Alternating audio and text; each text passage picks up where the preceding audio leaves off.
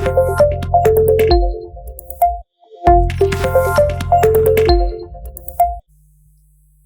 हम पिछले लेक्चर में पढ़ रहे थे मोशन अंडर ग्रेविटी।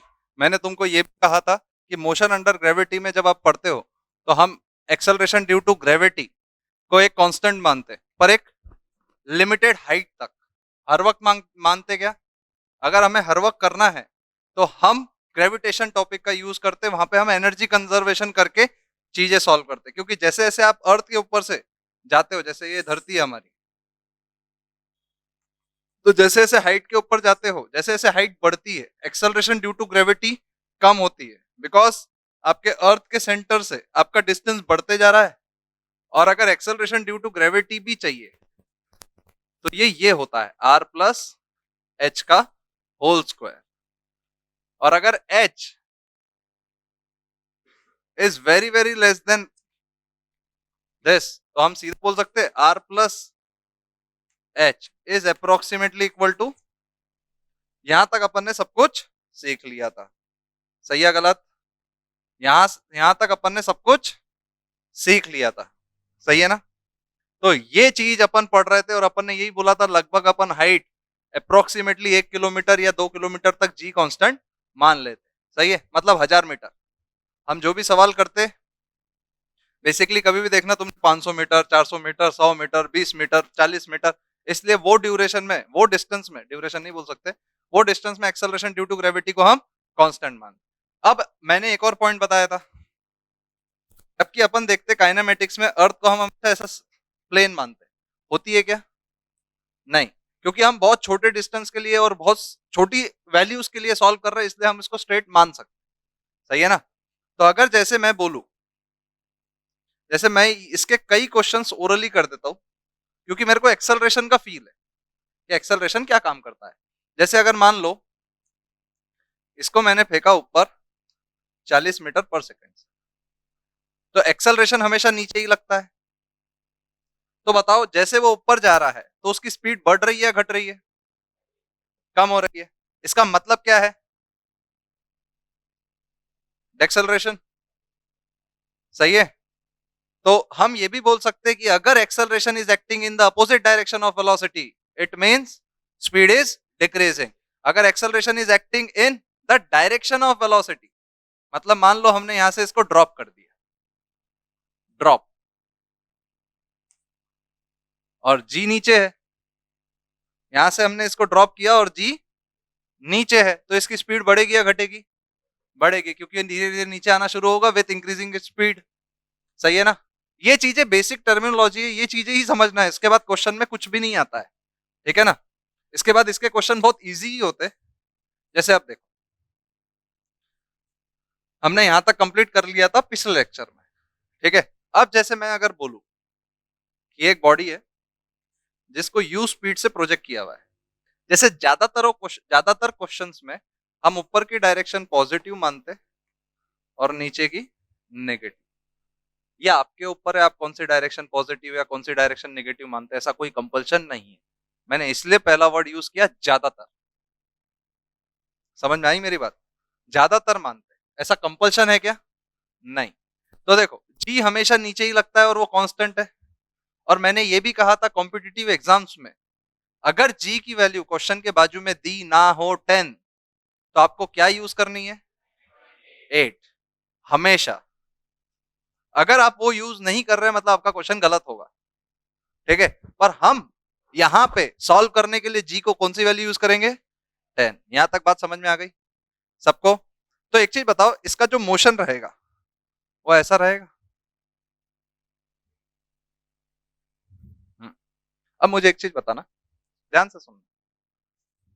मैंने इसको 20 मीटर पर सेकंड से फेंका, मैंने तुम्हें एक्सेलरेशन का फील भी दिलाया था।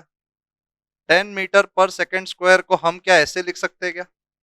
10 मीटर पर सेकंड, मतलब ये वेलोसिटी के अगर डायरेक्शन में लग रही है तो ये हर सेकंड कितने मीटर पर सेकंड स्पीड बढ़ाएगी?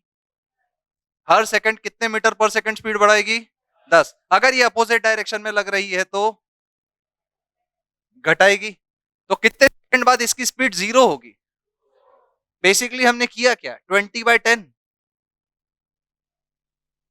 मैंने सीधा क्या बोला, एक चॉकलेट 2 रुपए की है, बताओ 10 चॉकलेट कितने की है? नहीं नहीं, एक चॉकलेट 2 रुपए की है, तो बताओ 10 रुपए की कितनी चॉकलेट? तो तुमने क्या किया, 10 डिवाइड बाय 2। वैसा ही है ना, 1 सेकंड में 10 घटा रही है, तो 20 कितने सेकंड में घटाएगी? 2। बेसिकली हम इसको सॉल्व कैसे करते, पता है क्या? हम इसको सॉल्व करते हैं, यहाँ पे v 0 हो जाता है, नीचे g लगता है, तो हम मान लेते हैं u initial equal to u naught, v is equal to 0, acceleration equal to -g। क्योंकि हमने कौन सी डायरेक्शन पॉजिटिव मानी हुई है, ऊपर वाली, सही है। ये -g हो गया, तो हम सीधा सॉल्व करते v equal to u plus 80, तो ये 0 u not minus a into g into t, तो t is equal to u not by g. मतलब ऊपर जाने में ये टाइम है, तो नीचे जाने में उतना ही टाइम, तो टाइम ऑफ फ्लाइट क्या होगा? फर्स्ट कंसेप्ट,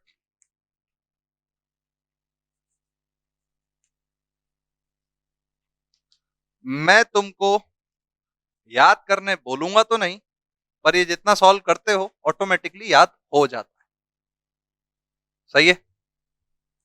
जितना तुम क्वेश्चन के अंदर जाते हो चीजें आसानी से होने लगती है, सही है।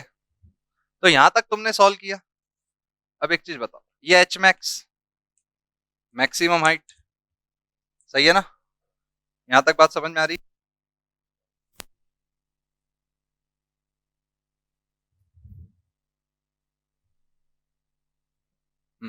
एच मैक्स कैसे निकालेंगे? ये कंडीशन हमें दी हुई है, डिस्प्लेसमेंट हमें निकालना है, सही है ना? तो हम सीधा ये भी कंडीशन यूज कर सकते हैं, v square u square plus 2a s, तो ये 0, ये क्या होगा, u naught square minus 2g H max minus 2g H max, तो एच मैक्स क्या आ गया, मैक्सिमम हाइट। ये भी लिख लिया। यहां तक बात समझ में आ गई? यहां तक कुछ भी डिफिकल्ट लगा? बस हमने एक सिंपल काइनेमेटिक्स के 3 इक्वेशन सॉल्व किए, सही है गलत? कॉपी कर लो जरा।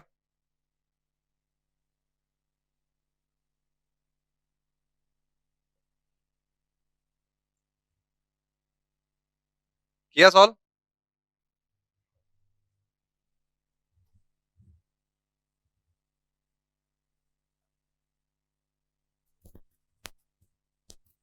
अब देखो एक क्वेश्चन है, ठीक है, थोड़ा सा आसानी से समझना या कुछ भी, कोई भी दिक्कत नहीं है।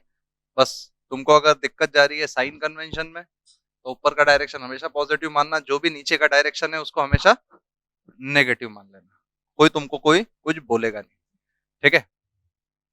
अब मेरे को एक सवाल है बस ऐसे ही, जैसे मैं कभी स्टूडेंट हुआ करता था, तो ये सवाल से मेरे को कई बार दिक्कत होती, जैसे, और मेरे आंसर गलत आ जाते थे, और जो गलत आंसर रहता था वही सब फर्स्ट ऑप्शन होता था, तो मुझे ऐसा लगता था ये मेरे जज्बातों के साथ खेल रहा है। एक बॉल मैंने ऐसा फेंका, हाइट है 40 मीटर, ठीक है, बस मैं एक सिंपल सवाल पूछ रहा हूँ,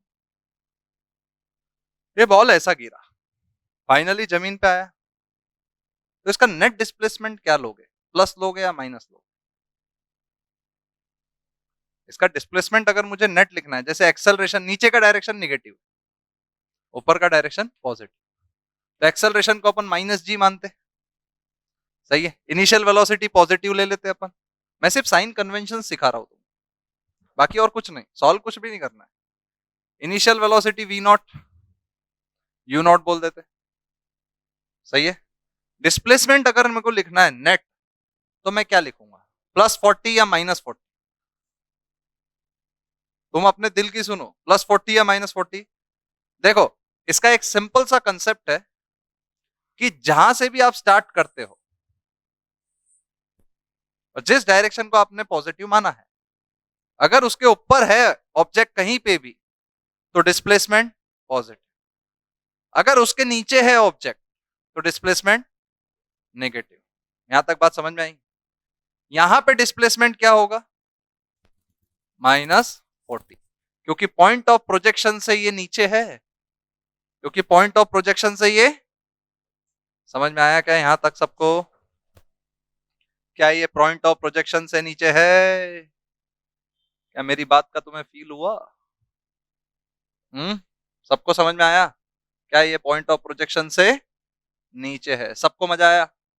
पक्का? ये चीजें याद रखना, ये कोई ज्यादा नहीं है, बस मैंने एक साइन कन्वेंशन सिखा दिया जहां पे अक्सर बच्चा गलती करता है, और अक्सर मतलब अक्सर, ठीक है? मतलब ये सबसे मेजर पॉइंट होता है कि बच्चा, अरे यार ये तो मैंने माना ही नहीं। देखो, वो हमेशा क्या समझता है, ग्राउंड से ही साइन कन्वेंशन लेना है, और ग्राउंड से हमेशा साइन कन्वेंशन लेना जरूरी है क्या? नहीं, आपको किससे साइन कन्वेंशन लेना है? Point of projection. ठीक है, यहां तक बात समझ में आ गई? अब देखो, इसी का एक एक क्वेश्चन करते हैं। मान लो एक ग्राउंड है, ये ऑब्जेक्ट फेंका है V0 से, ये हाइट यहां पे पहुंचा है, मैक्सिमम हाइट वापस आएगा। गलत बोला क्या? बोलो। फाइंड इट्स वेलोसिटी और speed, find its speed at half its maximum height. Find its speed at half its maximum height. Find its speed at half its maximum height.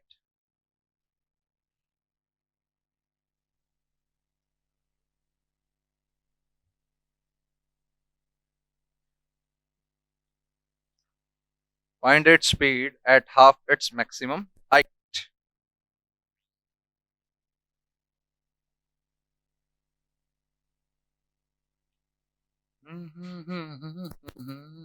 ओ तेरी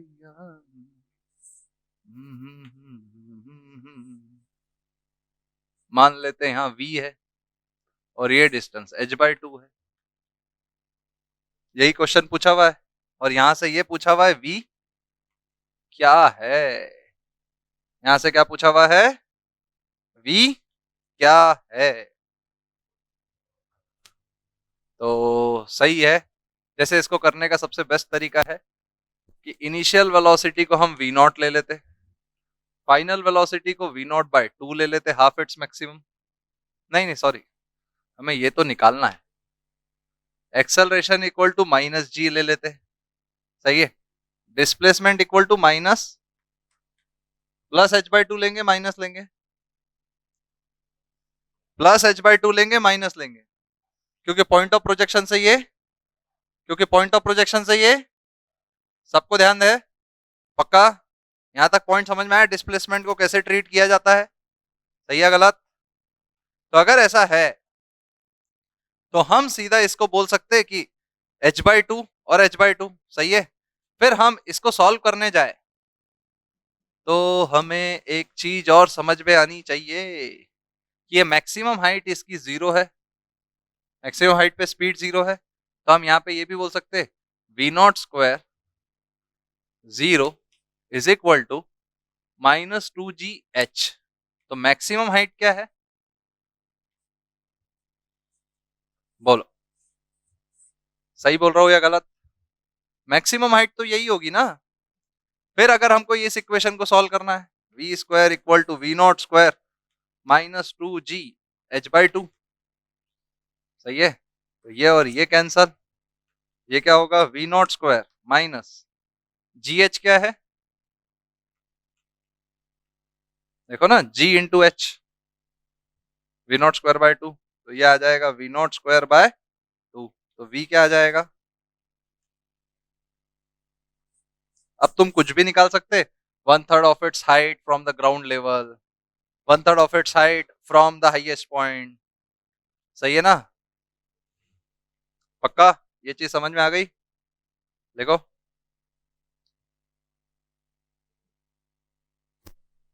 सबको क्लियरली समझ में आई? पक्का?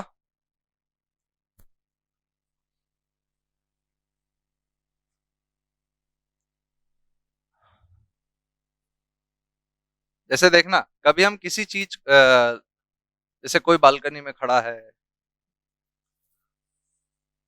मान लो एक बिल्डिंग, बालकनी में कोई खड़ा है, ठीक है, हमको उसको चीज फेंकनी है नीचे से, है कि नहीं? तो वो चीज यहां से गुजरती है, मान लो उसने पहली बार में नहीं पकड़ी तो वापस वो वहीं आती है। तो मतलब एक ऑब्जेक्ट अगर हम अबाउ द ग्राउंड फेंक रहे तो एक ऑब्जेक्ट एक पर्टिकुलर हाइट से 2 बार पास होता है। नहीं बोला मैंने, सही है गलत? एक ऑब्जेक्ट एक पर्टिकुलर हाइट से 2 बार पास होता है, सही है गलत? यहां तक मेरा पॉइंट समझ में आ रहा है? मान लो वो ऑब्जेक्ट को आपने यू स्पीड से फेंका और एक पर्टिकुलर हाइट इसकी एच है, सही है? पर्टिकुलर हाइट क्या है? एच। तो बताओ कितने टाइम बाद वो क्रॉस होगा?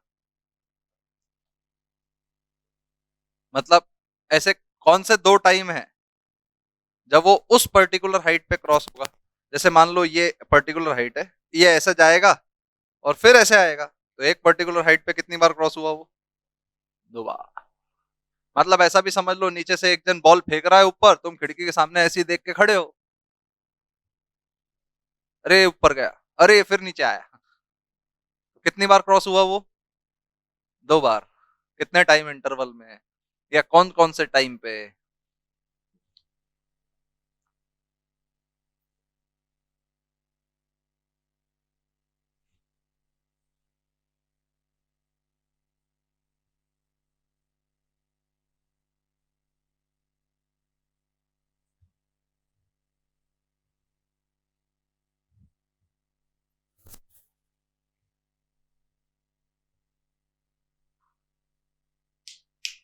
फटाफट फटाफट। हम्म। सही है, तो हम ये बोल सकते हैं, पहली बार मान लो इसको T1 टाइम लगा होगा, अगली बार यहां से यहां जाने में T2 टाइम, सही है गलत? अब मुझे एक चीज मालूम है, मान लो यहां से एक बॉल प्रोजेक्ट हुआ किसी भी पर्टिकुलर हाइट पे, मैं देखू मैं देखो तुम्हें एक कंसेप्ट सिखाता हूँ, किसी भी पर्टिकुलर टाइम हाइट पे मैं देखू तो बॉल को यहां से यहां जाने में जितना टाइम लगेगा, क्या बॉल को यहां से यहां आने में भी उतना ही टाइम लगेगा? नहीं समझे? अरे यार, समझ में आ रहा है या नहीं आ रहा? बॉल को यहां से यहां जाने में जितना टाइम लगेगा, क्या वापस यहां से यहां आने में भी उतना ही टाइम लगेगा? बेसिकली टाइम ऑफ फ्लाइट क्या होता है? बॉल जब ऊपर गया और वापस नीचे आया, देखना ध्यान से, यहां से यहां जाने में उसको T2 टाइम लगा, और यहां से यहां आने में कितना टाइम लगेगा? क्योंकि यहां से यहां जाने में T1 टाइम लगा ना, यहां से यहां जाने में T1 टाइम लगा, तो यहां से यहां आने में भी। तो क्या हम इससे कंक्लूजन ये भी कर सकते हैं, T1 plus T2 is time of flight? नहीं आ रहा समझ में? T1 प्लस T2 इज, सबको समझ में आ रहा है? पक्का? सोच लो, बिल्कुल सोचो, है कि नहीं? क्योंकि देखो कंसेप्ट वापस से समझो, वापस से, कि यहां से यहां जाने में इसको T1 टाइम लग रहा है, तो ये पर्टिकुलर हाइट से नीचे आने में इसको कितना टाइम लगेगा? T1। हमको मालूम है ये बॉल यहां से गया, यहां गया, और यहां से आने में इसको कितना टाइम लगा? T2। देखो लिखा हुआ है, ये T2 लगा हुआ है टाइम, और यहां से वापस नीचे आने में T1, क्योंकि यहां से यहां तक जाने में T1 लग रहा था ना, तो वापस यहां से यहां आने में भी, तो टोटल टाइम कितना लगेगा? T1 प्लस टोटल टाइम कितना लगेगा? तो हम इन दोनों का ये भी देख सकते हैं, ये भी हमें प्रूव करना है बाय कैलकुलेशंस। अब देखो कैसे करता मैं, आसान है, कोई डिफिकल्ट नहीं है। देखो कोई ऐसा तोप चीज भी नहीं है, बहुत ही आसान है, कुछ भी नहीं है, मतलब एक पर्टिकुलर हाइट है, इतना हमको मालूम है, सही है? Initial velocity is equal to u, हमको मालूम है displacement is equal to plus H, ठीक है? और acceleration equal to minus g. हमें टाइम निकालना है, ये डिस्प्लेसमेंट पे वो कितनी बार आ रहा है हमको नहीं मालूम। हमने इक्वेशन लिखी, ये इक्वेशन हमको पता है, हमने बचपन में ही रट ली थी। डिस्प्लेसमेंट क्या है, plus H u into time minus g by two t square. सही है। इसको अगर हम सॉल्व करेंगे तो 2h 2ut माइनस जी टी स्क्वायर, तो ये क्या होगा,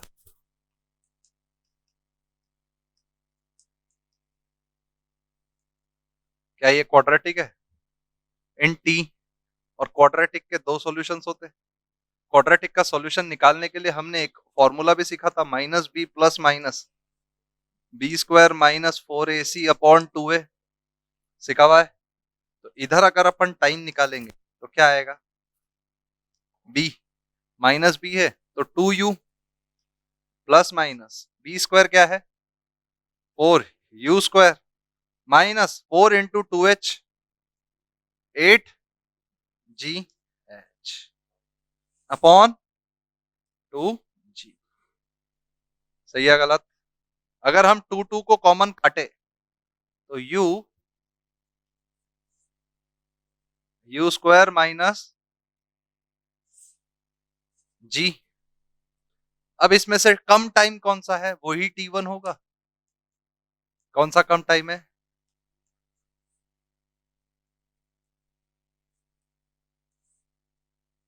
और ज्यादा टाइम?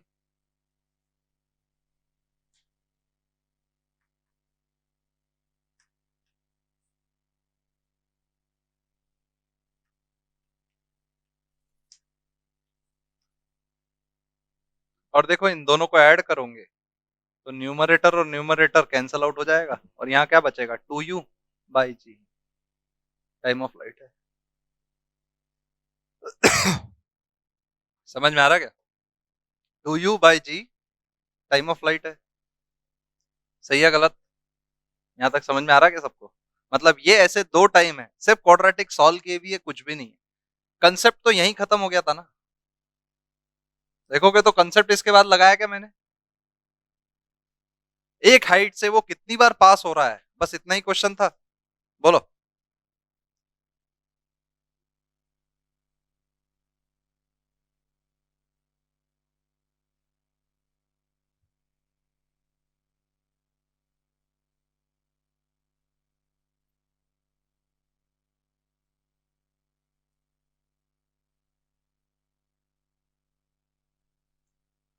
यहाँ तक बात समझ में आई?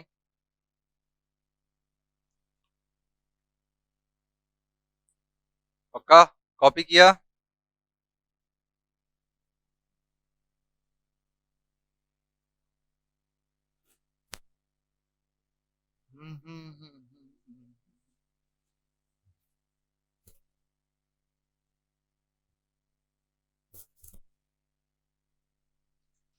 समझ में आया?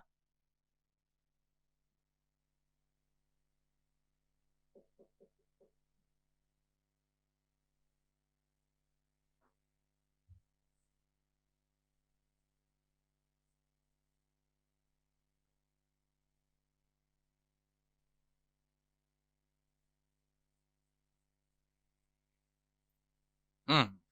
अब इस पे क्वेश्चन कैसे आता देख। एक बॉल है, इसको ऊपर फेंका गया 40 मीटर पर सेकंड से, ठीक है।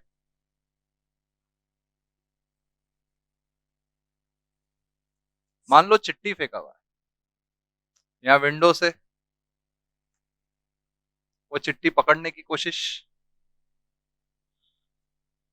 ठीक है। तो क्वेश्चन ये है, if we throw a ball with a speed of 40 meter per second in upward direction, it crosses a window in a time gap of 4 seconds. It crosses the window in the time gap of 4 seconds. Find the height of the window. Time gap मतलब t2 minus t1.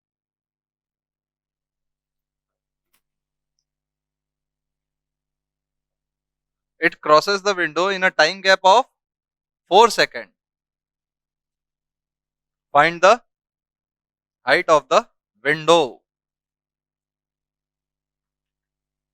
Question बहुत आसान है, थोड़ा ढंग से solve करने की कोशिश करना।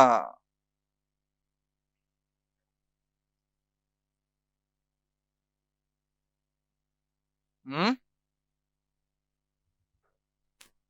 अपने यहाँ पे हमेशा जी को 10 ही कंसीडर करना है, क्योंकि मैं हमेशा वही करूंगा।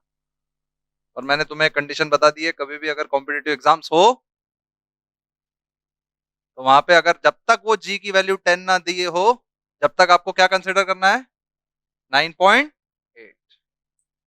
अब देखो इस क्वेश्चन को ओरली कैसे सॉल्व करते हैं। ओरली विदाउट, मतलब एक लाइन के अलावा तुम्हें कोई सॉल्व करने की जरूरत नहीं। किसने कोशिश किया है, देखते हैं। मेरे को नहीं मालूम, मेरे को नहीं मालूम, देखते क्या करते हैं। देखो कोशिश करते। अगर उसने बोला यहां से यहां तक उसको 4 सेकंड लग रहा है, मतलब यहां से यहां तक उसको 2 सेकंड लग रहे हैं, और यहां पे उसकी स्पीड 0 है, यहां पे उसकी स्पीड, तो यहां कितनी स्पीड होगी, 20 मीटर पर सेकेंड। देखो ना, तभी तो 2 सेकंड में उसकी स्पीड 0 होगी, तभी तो 2 सेकंड में उसकी स्पीड 0 होगी। नहीं बोला क्या मैंने, G10 है तो 1 सेकंड के बाद, G20 है तो 1 सेकंड के बाद 10, और 1 सेकंड के बाद 0। नहीं समझे, यहीं पे ये कंसेप्ट खत्म हो जाता है। तो यहां 20 है initial velocity, 40 final velocity, 20 acceleration equal to -10, height ही तो निकालना है। तो v² equal to u² plus 2a। तो ये कितना होगा, 20² 40² -2 × 10 × h। तो ये कितना होगा, 1200। 20h इक्वल टू 1200, तो h is equal to 60 metre. ऐसे किसने किया था सॉल्व, ऐसे जिसने भी किया बहुत बढ़िया। क्वेश्चन ओरली होता है, क्वेश्चन को सोचना सीखो, यही पॉइंट है। हर समय सॉल्व करने की जरूरत नहीं है, बी एनालिटिकल। मतलब अगर तुमको एक चीज मालूम है, G10 से ही काम कर रहा है और वो 4 सेकंड ले रहा है यहां से यहां तक, तो यहां से यहां तक 2, तो हाईएस्ट पॉइंट पे तो उसकी स्पीड क्या होगी, हाईएस्ट पॉइंट पे उसकी स्पीड, अगर हाईएस्ट पॉइंट पे उसकी स्पीड अगर 0 है, तो यहां पे 20 होना जरूरी है ना, क्योंकि पहले सेकंड में 10, अगले सेकंड में 0। नहीं समझे, यहां तक पॉइंट समझे या नहीं समझे, सबको समझ में आ रहा है। यहां पे 10 और यहां पे 0, तभी ऐसा पॉसिबल है, नहीं तो पॉसिबल है क्या, खुद सोच के देखो, इज इट पॉसिबल, नहीं। यहां तक मेरी बात पूरी कंप्लीटली समझ में आई, पक्का। ये टाइम गैप सॉल्व किया सबने, हाँ पक्का। अब आओ, जैसे देखो आप, एक क्वेश्चन बताता, बहुत ही शानदार। जैसे देखो, बहुत सारे क्वेश्चन इसके ऊपर डिपेंड करते, जैसे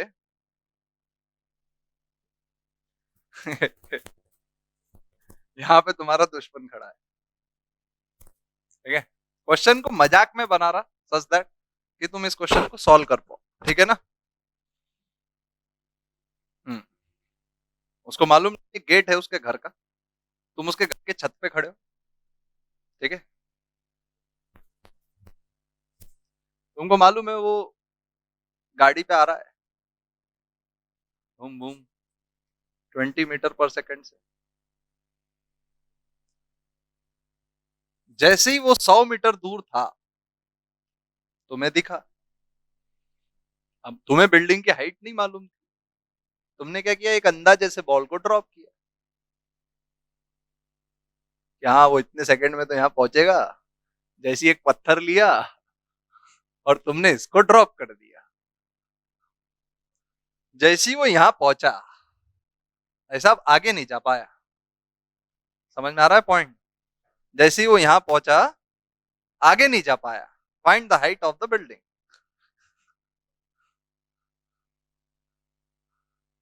क्वेश्चन मेरे हिसाब से सबको समझ में आ गया होगा।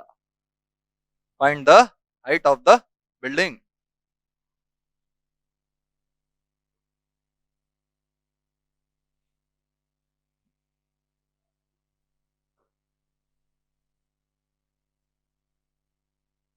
हम्म,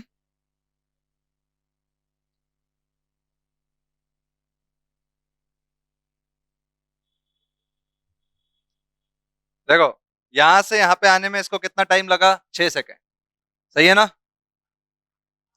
5 सेकेंड लगे, पक्का? 100/26 नहीं होता, 5 सेकेंड लगे।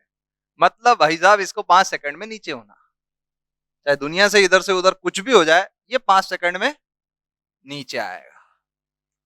जी, तो displacement is equal to half g t square, तो 5 × 25 इज 150। सही है, तो height of the building is 125 metre. अगर एक फ्लोर, इसमें एक और क्वेश्चन, वो एक और क्वेश्चन घुसा सकता है। मतलब उसको अगर उंगली करनी है तो वो कैसे नहीं कर सकता, वो बोलेगा भाई साहब एक फ्लोर था 5 मीटर का, कौन से फ्लोर पे खड़ा था ये?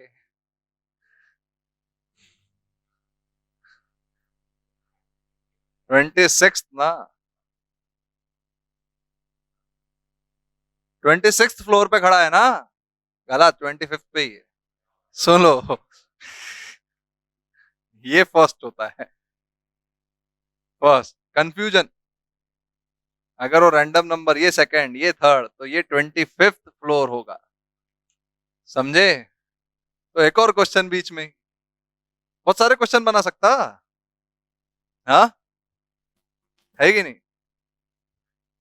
अब यहां से वो प्रोजेक्टाइल फेंक सकता है, इसको भी वो आगे देखेंगे अपन। बहुत सारी चीजें हैं जो कि अपन कर सकते हैं, ठीक है ना? इसमें अब रिएक्शन टाइम भी घुसा सकते हो, वो पत्थर फेंका। समझ में आया? उसने ब्रेक मारना 1 सेकंड के बाद, उसको लगेगी तो सही। समझ में आ रहा है? ऐसे कई क्वेश्चन बना सकते हैं। मुद्दा ये है कि आपको चीजें समझ में आने को, कि हम बेसिकली करना क्या चाहते हैं। नहीं तो ये चीजें डिफिकल्ट थोड़ी है, बहुत आसान है, कुछ भी नहीं है इन सब चीजों में। समझ में आ गया पॉइंट? पक्का?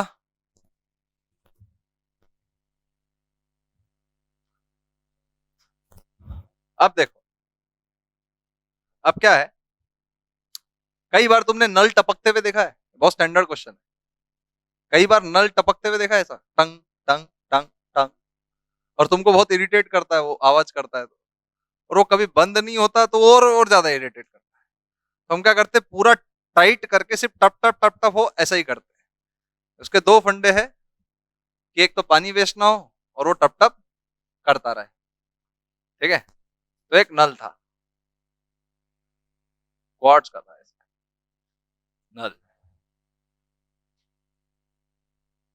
ठीक है? यहां से बूंद टपक रहा था, तो हम इतने खाली थे कि हमने ये भी मेजर कर लिया कि एक बूंद टपकने के बाद दूसरा बूंद टपकता है, उसको 1 सेकंड लगता है। नहीं समझे? हम क्या थे, खाली थे। हमने क्या किया, मेजर।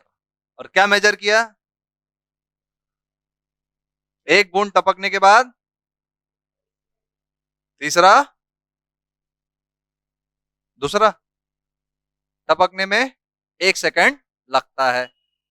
तो तुम्हारे हिसाब से अपन क्या क्वेश्चन बना सकते हैं इसमें, सोच के देखो। मतलब ये कंडीशन मैंने ला दी, डिफिकल्ट से डिफिकल्ट क्वेश्चन क्या बन सकता है इसमें?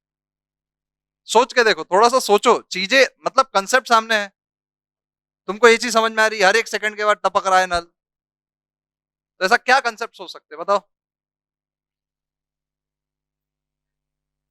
हाँ, हाँ। तो जैसे कि इसमें अपन ये पूछ सकते हैं भाई साहब, किसी भी दो बूंदों के बीच का डिस्टेंस। तो हम बोल सकते हैं इसमें क्वेश्चन, कि जब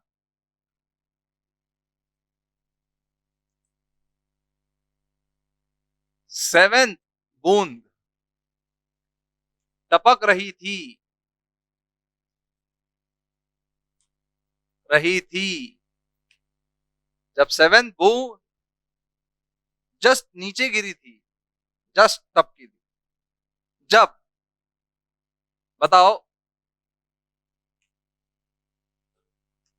थर्ड और फोर्थ बूंद के बीच का डिस्टेंस क्या है?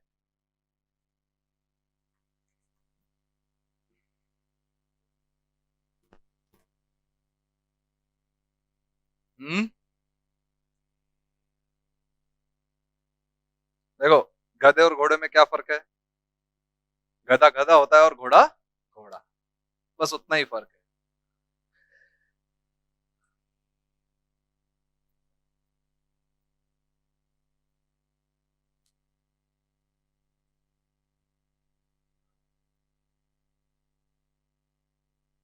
इसके ज्यादा क्वेश्चन में कुछ देने की जरूरत है नहीं।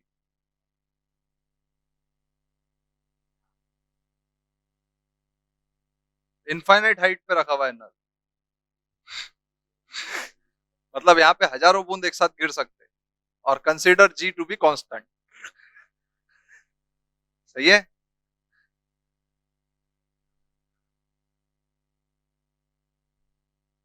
देखो, अब मैं बताएगा।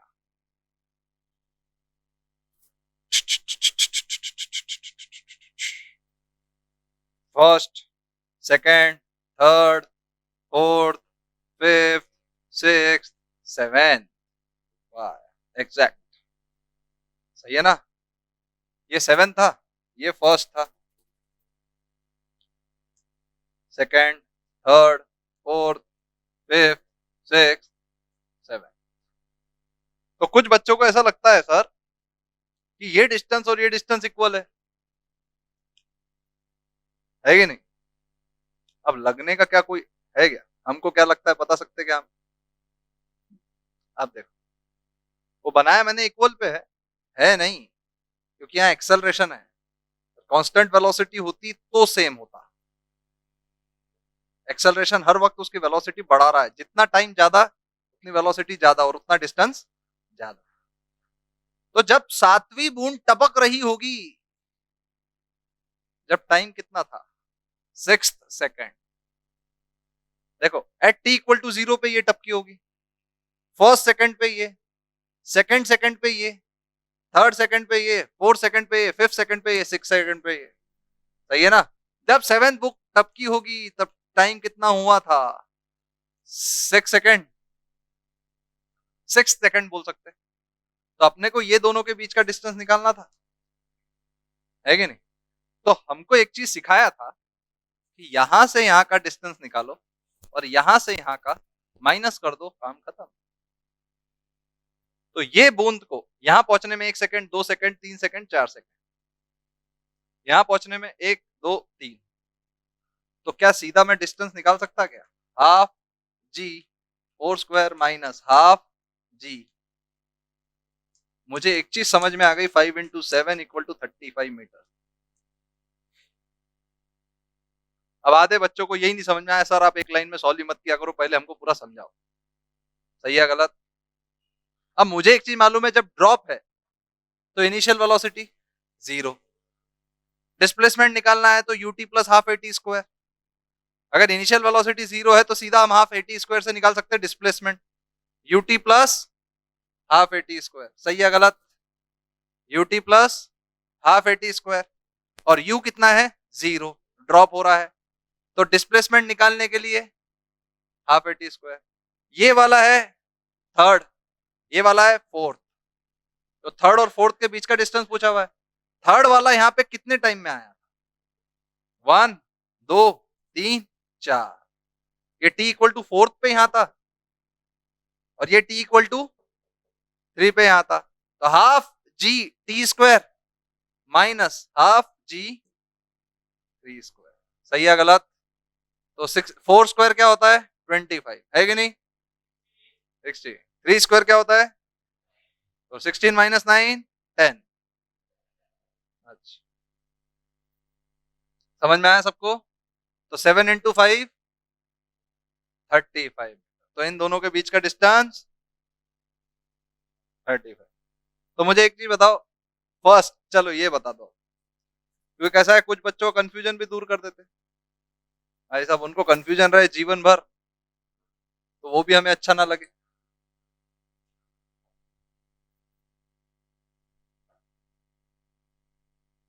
इसका क्या होगा डिस्टेंस?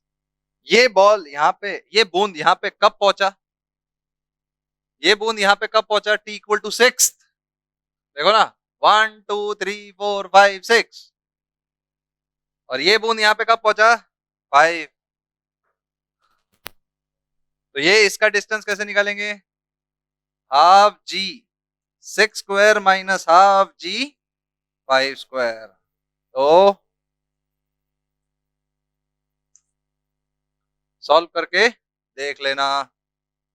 नहीं समझ में आया? 36 - 25 इज 11। 11 × 5 इज 66। अच्छा ठीक। तो क्या दोनों के कोई भी दो बूंद के बीच का डिस्टेंस इक्वल है? हाँ, समझ में आया सबको? इस टाइप का क्वेश्चन, या तो मैंने कॉन्जिक्यूटिव ले लिया, मैं ये भी तो बोल सकता सेकंड और फोर्थ के बीच का डिस्टेंस निकालो। मैं ये भी तो निकाल सकता फर्स्ट और 5 के बीच का डिस्टेंस निकालो। कुछ भी बोल सकता मैं। सही है गलत? क्वेश्चन इजी है। अब इस टाइप का एक और क्वेश्चन आता है, जैसे तुमने देखा होगा, ये सब स्टैंडर्ड है, हर जगह तुमको मिलेंगे, हर जगह पे ये क्वेश्चन करवाए जाते हैं। ठीक है, मुद्दा ये है कि हमको समझना है। ठीक है, जैसे तुमने सर्कल्स देखा क्या? वो जैसे तुमने कई बार टमाटरों के साथ भी ट्राई किया होगा, खड़े खड़े ये एक टमाटर ऐसे रहते, एक हाथ में ये इधर, ये हाथ में इधर। इसको बोलते हैं जगलर। क्या बोलते हैं इसको? जगलर। वो ऐसे वो ऐसी बॉटलों के साथ भी करते हैं ना कई जोकर सर्कस में, ये ऐसी बॉटल रहती है, एक साथ 6 7 घुमा देते। तो इस टाइप के क्वेश्चंस भी आते हैं टाइम गैप के साथ, कि ये हाथ है, या हाथ में यहाँ फेंका, यहाँ फेंका, ये ऊपर, ये हाथ में अगर 6 घुमा रहा है तो यहां से यहाँ फेंका हुआ है 1 सेकेंड। अगर 6 बॉल है तो यहां से यहाँ 1 सेकेंड में, तो हर एक बॉल को टाइम गैप समझ में आ रहा है तुमको? तो वो सब टाइम गैप के सवाल है, मोशन अंडर ग्रेविटी है और कुछ भी नहीं है। मतलब आप ऐसे क्वेश्चन कई बार कर सकते हैं और कई जगहों पे कर सकते हैं। ठीक है, तो ऐसा हम बोल सकते हैं कि इसमें क्वेश्चन एक ही टाइप का बनता है, जो कि ये है कि ये बॉल, ये हाथ से ये बॉल फेंकने में 1 सेकेंड लग रहा है और मेरे हाथ में 6 बॉल है, 6 बॉल में घुमा रहा हूं। तो जब ये बॉल हाथ में यहां से 1 सेकेंड में है तो दूसरा बॉल यहां आ रहा है, तो हवा में कितने हैं? 4। फिर इसको फेंका, फिर दूसरा है, ये कंटिन्यूअस प्रोसेस चलता रहता है और इस टाइप के क्वेश्चंस आते। तो एक जगलर टाइप के क्वेश्चंस, कौन से टाइप के? बहुत सारे देखने मिलेंगे तुम्हें। ठीक है, जिसमें भी मोशन अंडर ग्रेविटी लगता है, सब वो टाइप के क्वेश्चंस। सही है गलत? यहां तक सबको फंडा समझ में आ गया? पक्का? सोच के देखो। हाँ, अब मुझे एक चीज बताओ, इसमें एक और स्टैंडर्ड क्वेश्चन होता है।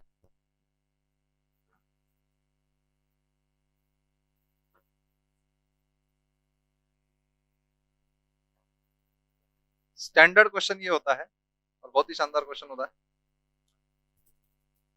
हाँ,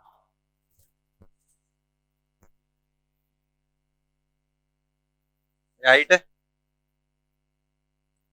3 क्वेश्चन, 3 बॉल्स, एक को किया हुआ है ड्रॉप, एक को यहां से यू से फेंका हुआ है, एक यहां से यू पे फेंका हुआ है। ये है 1 सेकेंड 3rd, 3 बॉल्स है।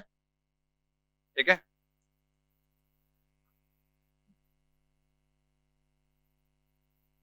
Arrange them in the time ascending order of the time. मतलब किसको ज्यादा टाइम लगेगा ये बताओ, किसको कम, किसको बीच में, मतलब सबसे ज्यादा टाइम किसको लगेगा जमीन पे पहुंचने में? क्यों? क्योंकि तुम देखो, इसका मेन रीजन मैं बता रहा हूं, सुन लो। इधर इसकी वेलोसिटी u = 0 और जब ये यहां आ रहा है तो u = u है। देयर इज अ पॉसिबिलिटी कि वो नीचे पहुंच जाए। नहीं समझे? इतना तो सबको मालूम है T2 को सबसे कम टाइम लगेगा। सही है गलत? मेरा ये क्वेश्चन है सबसे ज्यादा टाइम किसको लगेगा? मेरा ये क्वेश्चन है सबसे ज्यादा टाइम किसको लगेगा? बताओ। हाँ, अब 2 को सबसे कम टाइम लगेगा ये हमने हटा दिया। भाई साहब उसको इनिशियली वेलोसिटी मिली। 1 और 3 में हमारा ये कंफ्यूजन है, मेरा कंफ्यूजन है इनफैक्ट, कि जब ये ऊपर जा रहा था तो यहां से वापस आ रहा था तो सेम स्पीड के साथ आएगा, तो इसको तो इससे कम टाइम लगा, तो हाउ कैन वी जस्टिफाई कि इसको ज्यादा टाइम लगेगा? सर आप पहले तो एक दिन दिमाग लगाओ, ज्यादा सोचने का नहीं। सर ये ऊपर जाएगा तो यहां तो इसकी यू जीरो है ना, तो बताओ यहां से यू जीरो और यहां से यू जीरो किसको टाइम लगा? नहीं समझे? एक बॉल को मैंने इस हाइट से ड्रॉप किया, एक बॉल को मैंने इस हाइट से ड्रॉप किया, तो किसको ज्यादा टाइम लगा? जो ऊपर वाले हाइट है।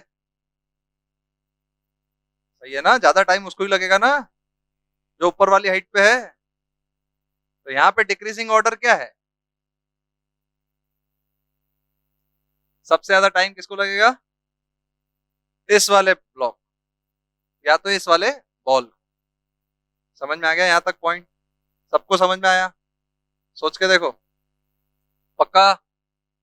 ये कंसेप्ट क्लियरली अंडरस्टूड है कि नहीं? तो यहां से आपको ये चीज भी सोचना है कि चीजें कैसी चल रही है, चीजें कैसी ले जाना है। मतलब ये क्वेश्चन में कई बार कंफ्यूजन होता है सर कि यहां से यहां पर आया है यहाँ पे, और यहाँ पे अगर मैं यहां से यहां आ रहा हूं तो इसको तो टाइम रिलेटिवली इससे कम लग रहा है, मतलब ये इस समय यहां तक था। हाँ, इतने टाइम में ही यहां तक पहुंचा सर, उतने टाइम में यहां तक पहुंच जाए तो, और फिर यहां से जितना टाइम इसको लगा यहां से उससे ज्यादा टाइम लग जाए तो, ये भी कंफ्यूजन क्रिएट करता है। हाँ, पॉइंट समझे क्या मैंने क्या बोला?